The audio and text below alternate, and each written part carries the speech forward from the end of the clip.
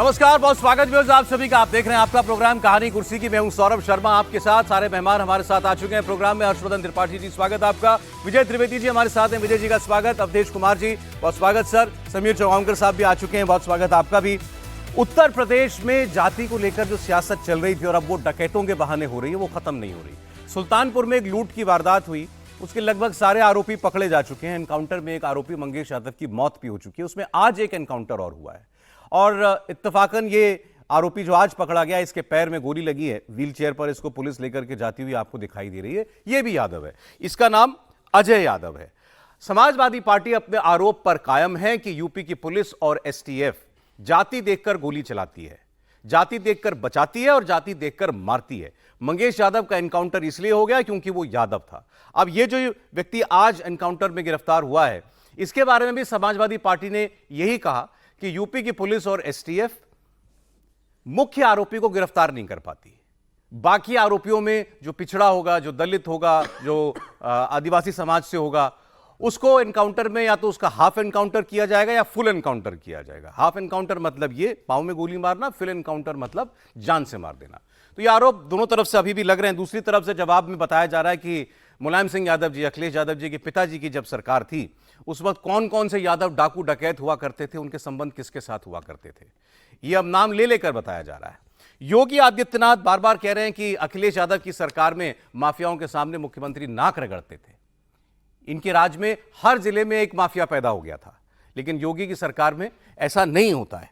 मैं आज आपको इस पर जो ताजा बयानबाजी हुई है और जो आरोप लगाए जा रहे हैं इस नए एनकाउंटर के बाद, वो आपको सुनाता हूं। सबसे पहले समाजवादी पार्टी ये कह रही है कि यूपी की एसटीएफ और पुलिस घोर जातिवादी है। इससे पहले आपको याद होगा, कल अखिलेश यादव ने बाकायदा एसटीएफ के अधिकारियों की लिस्ट डाल करके बताया था कि इसमें कितने 95% तक एक जाति के लोग हैं, यानी राजपूत समाज के, ठाकुर समाज के लोग हैं। पीडीए जिसकी आबादी 90% है, उसके केवल 2 लोग इस एसटीएफ के अंदर हैं।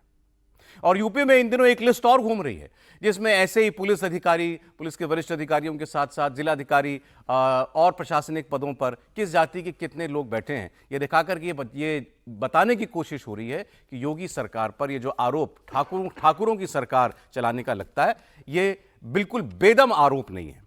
उसकी बात बाद में, लेकिन पहले आप ये अजय यादव नाम के इस व्यक्ति का जो एनकाउंटर हुआ, इस एनकाउंटर के जवाब में समाजवादी पार्टी ने क्या आरोप लगाया और बीजेपी की तरफ से क्या जवाब दिया गया, वो सुनाते हैं। जहां तक सवाल इस एनकाउंटर का है, तो अब पुलिस लगातार मुख्य आरोपियों को नहीं पकड़ पा रही है, उनसे पूछताछ नहीं कर पा रही है और कहीं न कहीं केवल जो पिछड़े दलित आदिवासी हैं उनका full encounter, half encounter police कर रही है। तो ये तो जांच का विषय है कि किस तरीके से ये मुठभेड़ हुई है, किस तरीके से नहीं हुई है। लेकिन हम ये केवल कह सकते हैं कि पुलिस और एसटीएफ कुछ भी कर ले, मंगेश यादव की हत्या का मुकदमा उस टीम पर देर सबेर जरूर चलेगा। सर, अगर बात करें तो उत्तर प्रदेश में सुल्तानपुर में जो डकैती हुई थी, अखिलेश यादव ने जाति को लेकर सवाल उठाया था। आज फिर उसमें से एक डकैत अजय यादव उर्फ डीएम को गिरफ्तार कर लिया गया एनकाउंटर के बाद। अखिलेश यादव जी और इनकी पार्टी हमेशा जातिवादी राजनीति करती रही है।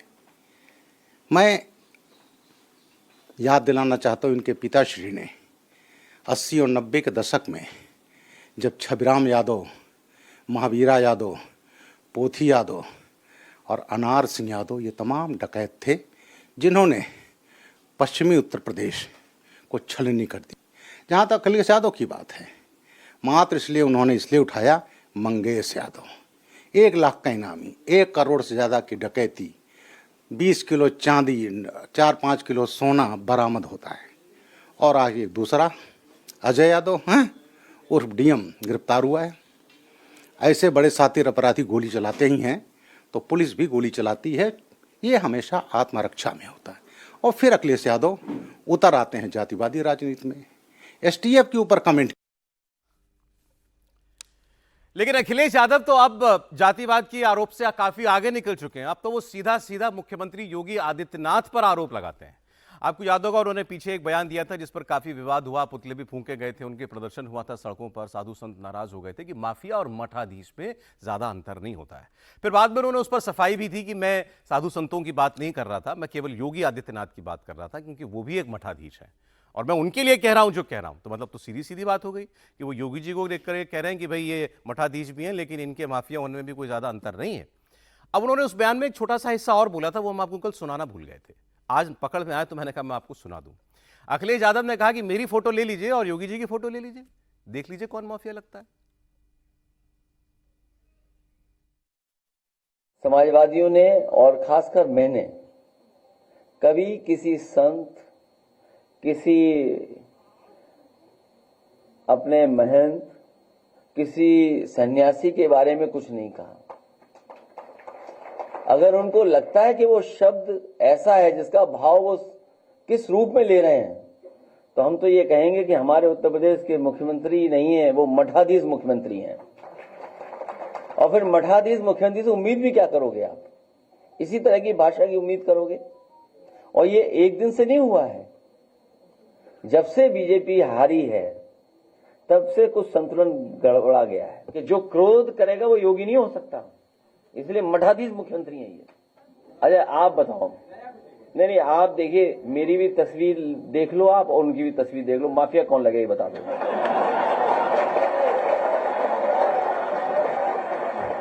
और नहीं मानते ये सवाल उनसे पूछ के देख लो। अच्छा आप एक काम करिए, एक तस्वीर उनकी रखिए, एक तस्वीर हमारी रखिए, दोनों में कौन क्या लग रहा है बता दो आप। अब इसके बाद आज का ताजा ट्वीट भी देख लीजिए अखिलेश यादव जी का। लिख रहे हैं, भाषा से पहचानिए असली संत महंत, साधु भेष में घूमते जग में धूर्त अनंत। धूर्त भी कह डाला इस बहाने उन्होंने। तो अब तो ये मतलब इसमें कहीं कोई मर्यादा जैसी बात तो अब रही नहीं गई है कि एक मुख्यमंत्री है, दूसरा पूर्व मुख्यमंत्री है जो ये सारी बातें कर रहा है। अब फोटो का मिलान करना पड़ेगा ये पता लगाने के लिए कौन माफिया जैसा दिखता है। अभी थोड़ा विचित्र होता जा रहा है क्योंकि फोटो के आधार पर आप मिलान करेंगे तो कौन सा ऐसा पैमाना होगा कि पता चले कि ये वाला माफिया है ये वाला नहीं है। फोटो के आधार पर कहें, मुख्तार अंसारी क्या बढ़िया मूछें ऊँचे एकदम टाइट रहती थी, क्या बढ़िया लगता था वो। तो फोटो से अखिलेश जी कहेंगे कि अरे वाह मुख्तार तो देखिए कितना बढ़िया दिख रहा है। अतीक अहमद पहलवान टाइप, क्या बढ़िया बिल्ड थी और पहलवान कहा ही जाता था, गद्दी मुसलमान, क्या जलवा हुआ करता था। क्या राजनीति में इस तरह की भी कोई तुलना की कोई कोशिश की जानी चाहिए? और अखिलेश यादव न कहते हुए भी साधु संतों को, मठाधीशों को, भगवा वेशधारियों को, साधु वेश में रहने वालों को धूर्त कहने से लेकर अभी तक मठाधीश कहा था, आप धूर्त भी कह दिया। मुझे नहीं पता है कि हो सकता है उनकी एक सलाहकार मंडली हो जो ये कह रही हो कि नहीं आप इस तरह से योगी आदित्यनाथ पर आक्रामक रहिए आपको कुछ मिलेगा। योगी आदित्यनाथ को शायद उनको समझ में आ रहा हो कि इसका जवाब तो इसी भाषा में देना पड़ेगा। लेकिन क्या हम अब राजनीति में इस तरह से कोई तुलना करेंगे क्या? मेरा तो इस पर ही एतराज है कि फोटो देखकर बता दीजिए। अब फिर तो कोई कहेगा कि अच्छा कोई देखने में अच्छा है, सुंदर है तो उसी को सब कुछ दे दो, कोई देखने में कम सुंदर है उसको दे दो। फिर अखिलेश यादव के चेहरे पर नयन नक्श पर टिप्पणी होने लगे, फिर योगी जी के नयन नक्श पर मुझे लगता है ये बहुत ही स्तरहीन डिबेट जा रही है। मुझे इस पर उस तरह से कोई नहीं समझ में आता है कि इस पर आप कहां ले जाके बोलें तो कहानी कुर्सी के देखने वाले दर्शक कुछ सार्थक लेकर जा पाए, ये थोड़ा सा मुश्किल। अब ये जो एनकाउंटर हुआ, अब एक और हाफ एनकाउंटर जिसको कह रहे हैं सपा वाले, पैर में फिर गोली, फिर यादव निकला ये। अच्छा ये बताइए, वो अगर चोरी डकैती कर रहा है तो उसके पैर के नीचे भी गोली पड़ी थी, ये भी गड़बड़ हो गया। आप मतलब विचित्र स्थिति होती जा रही है। मैं ये मानता हूं कि अगर जातीय आधार पर किसी भी नेता के ऊपर आरोप लग रहा है कि वो एक जाति विशेष को बढ़ावा देता है, एक जाति विशेष के लिए बोलता है, एक जाति विशेष के अपराधी के साथ खड़ा हो जाता है, तो इससे ज्यादा दुर्भाग्यपूर्ण कोई भी नेता हो उसके लिए नहीं। और राजनीति में अगर आपको आगे जाना है तो एक समय के बाद जाति से आप जितनी जल्दी पीछा छुड़ा लेंगे उतना आपका जीवन बेहतर होगा। और नहीं तो, और देखिए नरेंद्र मोदी तो उसका बड़ा उदाहरण है ही ना। नरेंद्र मोदी अगर जाति की बात करते, उनको तो किसी ने कभी सुना ही नहीं। उनके ऊपर कोई आरोप लग सकता है क्या? नहीं लगा। उन्होंने तो अपने परिवार को भी अपने से इतना दूर रखा कि किसी को पता ही नहीं चला। और मेरा यह मानना है कि राजनीति में आपको लंबी दौड़ करनी है, थोड़ी पारी लंबी, थोड़ी जिसको कहते हैं ना कि गहराई वाला कुछ होना है, तो उसके लिए आपको इस जाति वाली बीमारी से सबसे पहले बाहर जाना पड़ेगा, चाहे आप उसके साथ खड़े दिखें या उसके लिए करने का आरोप आपके ऊपर लगे। अच्छा, एक बहस ये भी चल रही है कि अखिलेश यादव जो कुछ कह रहे हैं एनकाउंटरों के बहाने जो उन्होंने आरोप लगाए, इससे कहीं योगी जी का ही पक्ष मजबूत तो नहीं हो रहा? घूम फिर के बात आ तो लॉ एंड ऑर्डर पर रही है। एनकाउंटर में ये तो कोई नहीं कह रहा कि जिसके ऊपर गोली चली वो क्रिमिनल नहीं है, सब मान रहे हैं। देखिए, पहले तो उन्होंने जो धूर्त अनंत वाला बनाया, उस पर एक मुझे दूसरी तुकबंदी उनके लिए भी किसी ने भेजी है। तो मैं अखिलेश जी से तो माफ़ी चाहूँगा कि ये पर्सनल नहीं है, लेकिन चूंकि आपने लिखा है, किसी और ने लिखा है, तो इंडिया टीवी पर मैं सुना दूं। भाषा भाव से जानिए नेता चतुर सुजान, खादी वेश में घूमते धूर्त अनेक महान। तो ये जो आप चतुर वो कह रहे हैं, तो उसका किसी ने ये उत्तर लिखा है, और ये अच्छा है कि देश में चल रहा है। देखिए, इसमें दो पहलू है इसके। पहला पहलू तो ये है कि आखिर इस एक बयान का जब देश भर के साधु संत लोगों ने, सभी संत ने इसका विरोध किया कि साधु संत पर आक्रमण मत करिए, जानने वाले विवेकशील लोगों ने इसके विरुद्ध खड़ा होकर विरोध किया, बावजूद अगर अखिलेश यादव बोल रहे हैं तो क्यों बोल रहे हैं? इसके बावजूद बोल रहे हैं और उसी बात विषय को आगे बढ़ा रहे हैं, तो यह संभव नहीं है कि उन्होंने अचानक बोला हो। इसलिए यह दूरगामी सोची समझी रणनीति हो सकती है राजनीति के लिए। तो क्या रणनीति हो सकती है? मेरी समझ में आ रही है कि जो 2024 के जो लोकसभा चुनाव परिणाम आए हैं, उससे उनका उत्साह बढ़ा है कि भारतीय जनता पार्टी और जोगी और उसके जो भगवा बेश में, और उसके कारण जो पिछड़े दलितों ने हिंदुत्व के रूप में यूनाइट होकर वोट देना शुरू किया है, उस पर पहले थोड़ा धक्का लगा है। साधु संत हमको वोट देने वाले नहीं हैं। अगर इसी विषय को हम आगे बढ़ेंगे तो हिंदुत्व के जो बचे खुचे जो एकता बनी हुई है उसको शायद हम तोड़ सकते हैं। इसलिए अपने पहले यादव को और मुसलमान को दो को इंटैक्ट रखो, और बाकी हिंदुत्व पर प्रत्यक्ष रूप से नाम हिंदुत्व न लेते हुए, जैसे पहले एक समय जमींदारों पर अटैक हुआ, लगभग 15 से 20 साल की राजनीति ब्राह्मणवाद पर अटैक में चला, उसमें से पिछड़े और दलित निकले। तो एक नई धारा खड़ी करने की लगता है अखिलेश यादव ने कोशिश की है कि हिंदुत्व से जुड़े हुए जो लोग हैं, साधु संतों के पीछे जाके उनसे भक्ति में आके जो वोट दे के चले जाते हैं, उनको तोड़ने के लिए यह रणनीति माफिक होगी। इसलिए लगातार बोलते रहो, क्योंकि लगातार झूठ बोलने से ही लोगों ने संविधान खत्म हो जाएगा, आरक्षण खत्म हो जाएगा माना है, और इसको भी स्वीकार करेंगे। और यह एक हो सकता है। दूसरा यह है कि देखिए, अगर अखिलेश जी कानून व्यवस्था की पीछ पर आ गए हैं, सबसे जो खतरा इसमें यह है कि वो चाहे पिछड़ा हो, दलित हो, सब्जी वाले हो, आप अगर 2022 के चुनाव में सौरभ जी घूमते तो बीजेपी से असंतोष था, कार्यकर्ताओं में असंतोष था, लेकिन आम आदमी यही कहता था कि वोट तो हम जोगी को देंगे, क्योंकि अगर अखिलेश जी का और समाजवादी पार्टी का राज आ गया तो जो 9 बजे रात को हम लोग यहां से बेच के पैसे लेके जाते हैं वो जाने की स्थिति नहीं रहेगी। इसलिए अगर वो इनकाउंटर पर और इस विषय पर आ गए हैं तो ये ले दे करके ये समाजवादी पार्टी के लिए घाटे का सौदा साबित हो सकता है। तो ये क्या मतलब एनकाउंटर के में जातिवाद घुसाकर या देखने की कोशिश करके लॉ एंड ऑर्डर पर ही ले आया, योगी जी की पिच पर ले आ रहे हैं मामले को अखिलेश? देखिए, मैं समझता हूँ कि अगर आप जाति पर बार बार किसी भी मुद्दे को, जो पहले भी हम लोगों ने चर्चा की, चाहे वो डकैत का हो या एनकाउंटर का मसला हो, उसको जाति से जोड़ रहे हैं, तो इसका मतलब आपके पास कोई बहुत मजबूत तर्क नहीं है उस सरकार के खिलाफ। एक ऐसा हथियार आप इस्तेमाल कर रहे हैं जिसको कैसे भी जनरली राजनीति में किया जा सकता है, उसमें कुछ भी बात हो, कोई ऐसा नहीं है। बार बार इस्तेमाल कर बार बार एनकाउंटर पर। अब आज वाला एनकाउंटर हो गया, वो भी याद है तो उस पर भी।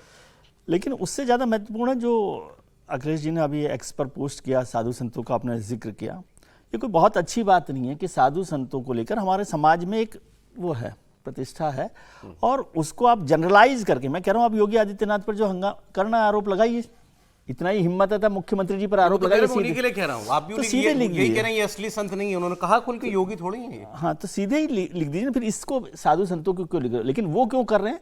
वो अवधेश जी की बात से मैं उस पर सहमत हूं कि वो उनको पता है कि साधु संतों को अटैक करने का मतलब है कि जो उनके पास जो वोट है, जो साधु संतों से थोड़ा सा दूर है, उसको इंटैक्ट करने की कोशिश है, उसको एक साथ रखने की कोशिश है, क्योंकि उनको इस वोट की चिंता नहीं है। और वो ये भी जान रहे हैं, चुनावों के नतीजे में भी दिखाई दिया कि जो लोग साधु संतों के साथ चल रहे हैं, जो भी लोग हैं, वो उनका वोटर नहीं है। तो अपने वोटर को कैसे इंटैक्ट किया जाता है? वो पोलराइजेशन का एक नया फॉर्म है। उनका वोटर कौन है? उनका वोटर मान लीजिए अगर इस इलेक्शन में जो वोट पड़ा, यादवों का वोट पड़ता, ओबीसी का, दलितों का वोट पड़ गया, साधु संतों को गाली देंगे तो वो खुश होंगे क्या? उनको ऐसा लगता होगा ना, क्योंकि इंटेक्ट करने की कोशिश है। मैं तो पहले ही कह रहा हूं कि इसका कोई मतलब ही नहीं है एक जनरलाइज करने से, और ये अपने हमले को, अपने अटैक को कमजोर करना, और हर दिन ये बात कहना कि इसको गोली मारी, एनकाउंटर किया तो ये यादव था, इसमें दोनों चीजें नहीं की, उनको शायद मिला नहीं होगा। जो जिसने गोली मारी होगी वो राजपूत नहीं होगा मेरे ख्याल से, नहीं तो वो भी बताते हैं। नहीं तो वो भी ये आपने अच्छा कहा, नहीं तो उसमें भी निकाल के तो लाते फिर वो कि कहते थे भाई ठाकुर इस ठाकुर ने इस यादव को गोली मारी। इस यादव को तो इसका गोली मतलब मुझे नहीं पता कि तो क्या था, गोली क्या भी नहीं था। देखी जाएगी कि इसका निर्माण कहाँ हुआ है, इसको किस नहीं, जाति ने लेकिन बनाया। उससे योगी जी पर पर्सनल प्रहार करने के चक्कर में लाइन क्रॉस कर रहे हैं अखिलेश। लाइन क्रॉस कर रहे हैं, और उसका फायदा कोई होगा, मुझे फिलहाल तो ऐसा नहीं लगता कि हाँ सर, आप कैसे देख रहे हैं इस पूरे मामले को?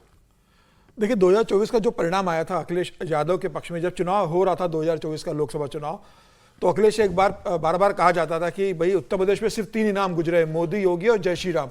तो मोदी, योगी और जय श्री राम का मुकाबला कैसा करोगे?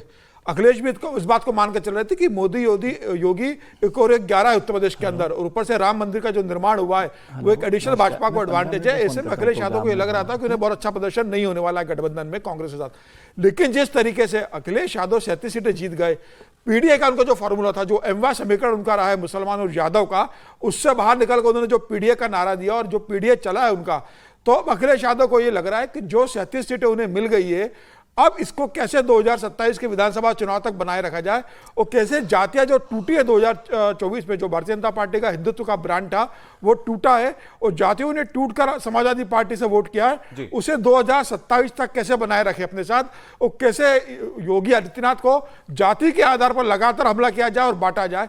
मुझे लग रहा है उसी रणनीति पर अखिलेश यादव लगातार काम कर रहे हैं, और बार बार वो जाति का जिक्र कर बताना चाहते हैं कि पूरी राजनीति 2027 तक जाति के आधार पर करेंगे। फिर वो यादव की हो, फिर वो किसी ओबीसी की हो, फिर वो पिछड़े की हो, फिर वो अल्पसंख्यक की बात करेंगे। योगी आदित्यनाथ बात करते थे जब कांग्रेस पार्टी या विपक्ष के कोई और नेता मोदी के खिलाफ कोई अपशब्द कहते थे कि इसका फायदा मोदी को होता है। यूपी में आप योगी के खिलाफ अपशब्द कह करके बच निकलेंगे?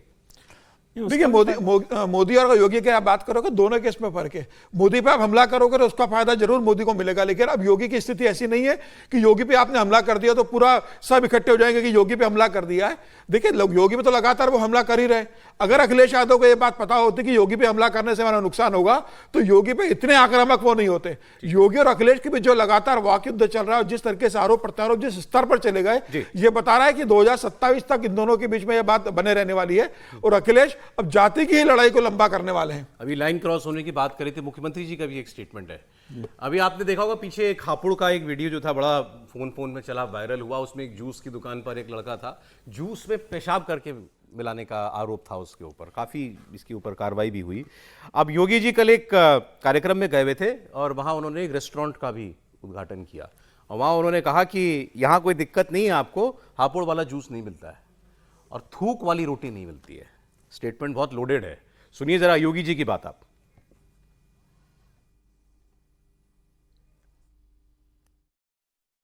अच्छा है, यहां पे जो मिलेगा कम से कम वो हापुड़ वाला जूस तो नहीं मिलेगा ना, या थूक लगा करके वे रोटियां तो नहीं मिलेंगी, या तो शुद्ध मिलेगा जो भी मिलेगा। और अब आप ये भी देख लीजिए कि ये गाजियाबाद के विधायक हैं, ये बाजार में घूम रहे हैं, जगह जगह जाकर जूस की दुकान वालों के लाइसेंस वगैरह चेक कर रहे हैं, और उन्होंने कहा लाइसेंस नहीं होगा तो फिर बंद करा देंगे, नुकसान तुम्हारा ही होगा, चले जाओ फिर यहां से और दिल्ली जाकर के बेचो जूस, यूपी में जरूरत नहीं है। सुनिए जरा। यहाँ कोई जूस नहीं देगा, अपने घर पे आकर जूस निकालना निकाल लेगा। हाँ ठीक है, अब बात करके हाँ कल नहीं 2 दिन का टाइम दे रहे आपको, अपना सामान हटाना है, ठीक है, रोक ले जाना।